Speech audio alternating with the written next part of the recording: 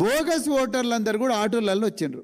వాళ్ళ చేతిలో జిరాక్స్ కాపీలు ఉన్నాయి, ఎలక్షన్ ఓటర్ ఐడి కార్డులు. అవి ఈ ఓటర్ ఐడి కార్డుల జిరాక్స్ కాపీలో పాపం వాళ్ళకు ఈ ఓటర్ పేరుకు వాళ్ళ పేరుకు అసలు సంబంధమే లేదు. వాళ్ళకు మీ తుమారా నామ్ క్యా హై, నీ పేరు ఏం పేరంటే వాళ్ళు చెప్పలేకపోతున్నారు. మీ భర్త పేరు ఏంటంటే చెప్పలేకపోతున్నారు. మీ అడ్రస్ ఏంటంటే చెప్పలేకపోతున్నారు. వాళ్ళు లోపలికి పోతున్నారు. వాళ్ళని ఎవరు అడిగేటోళ్ళు లేరు. పోలీసు వాళ్ళని అడగాలి, రెవెన్యూ యంత్రాంగం అని అడగాలి, ఏపీఓ అని అడగాలి, ప్రిసైడింగ్ ఆఫీసర్ అని అడగాలి. లోపల ఏజెంట్లేమో భయంతో గజగజ వణుకుతున్నారు.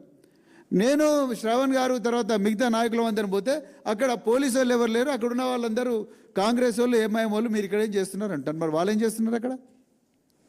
వాళ్ళు ఎందుకు వచ్చారు అక్కడికి? సో ఇక్కడ ఈ గడబడి జరుగుతుంటే ఎగ్జిట్ పాయింట్ నుంచి అందరిని కూడా బోగస్ ఓటర్లు లోపలికి పంపించారు.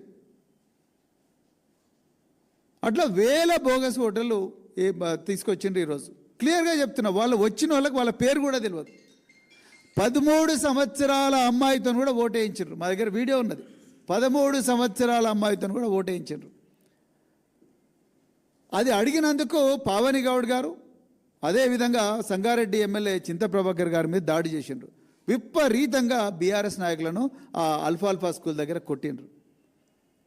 ఇలా రామచంద్ర నాయక్కు ఒక న్యాయం, గండు సుధారానికి ఒక న్యాయం, మల్లు భట్టికరకు ఒక న్యాయం, తర్వాత శంకర్ నాయక్ ఎమ్మెల్సీకి ఒక న్యాయం, వీళ్ళందరికీ ఒక న్యాయం, బీఆర్ఎస్ నాయకులకు ఇంకో న్యాయం.